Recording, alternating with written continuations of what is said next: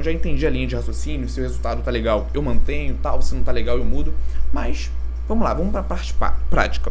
Quando você acha que é interessante eu ajustar a dieta do meu paciente? Vamos lá. Primeiro, o que você vai fazer na sua consulta de retorno? Avaliar os feedbacks.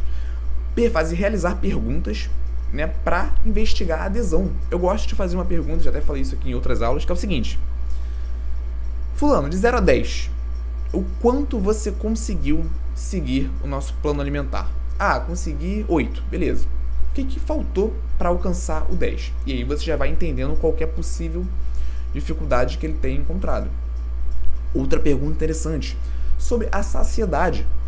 Como que você está se sentindo? É comum, durante o déficit calórico, o paciente, alinhe o objetivo de emagrecimento, sentir mais fome.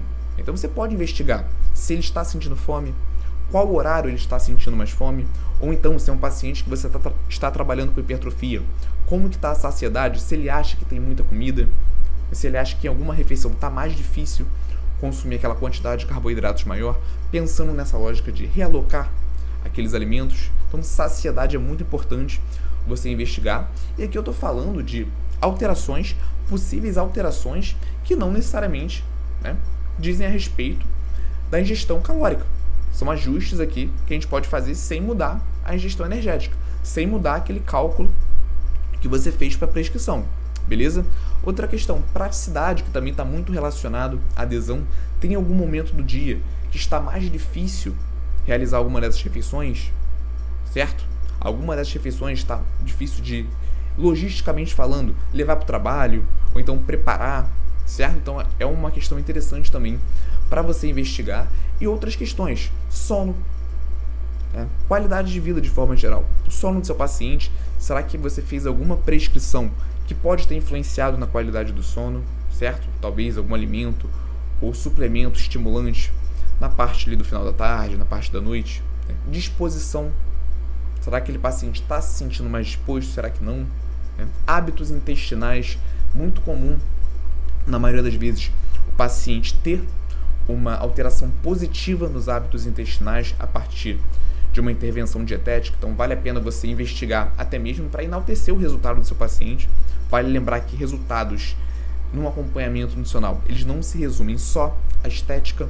Então você pode avaliar, coletar os feedbacks dos seus pacientes com base nesses pontos que eu trouxe aqui, em outros também que vocês considerem interessantes, e ajustar a dieta com base nisso. Se você investigar que essa dieta, que esse plano alimentar, ele pode ser melhorado, tá bom? Mais uma vez, não é uma regra, certo? Mas é uma possibilidade de você melhorar a dieta do seu paciente sem necessariamente mexer no cálculo, beleza?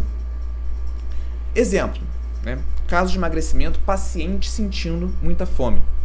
O que você pode fazer? Aumentar a quantidade de proteínas, então reajustar os macronutrientes, talvez diminuir carboidrato, diminuir as gorduras, aumentar a quantidade de proteína, que é o macronutriente mais sacietogênico, é uma boa intervenção, né?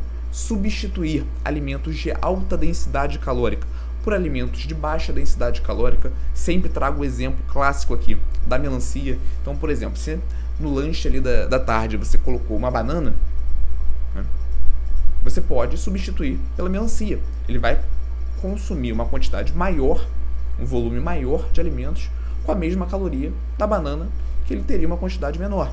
Então fazer essas substituições considerando a densidade calórica, a densidade energética dos alimentos. Mais uma forma de você alterar a dieta do seu paciente sem mexer nas calorias.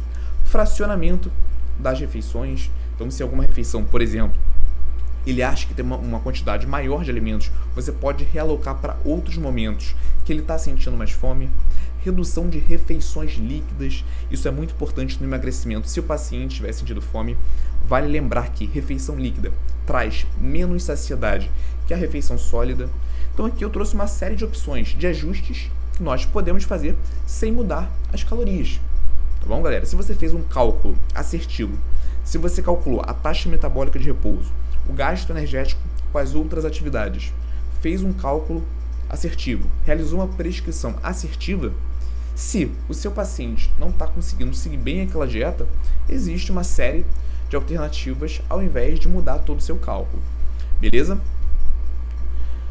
Mas, né, por outro lado, também é possível e provável que isso aconteça em algum momento. O seu paciente seguiu a dieta, pô, Igor, não tive problema, a saciedade está legal, né? Segui praticamente 100%, mas, né, a gente não está vendo resultado. Você avaliou o paciente pela balança, usou a bioimpedância, utilizou o protocolo de hidratação correto para a bioimpedância, que eu sempre ratifico, que eu sempre chamo a atenção, puxo a orelha de vocês que tem que fazer, tem que enviar para o paciente o protocolo de hidratação.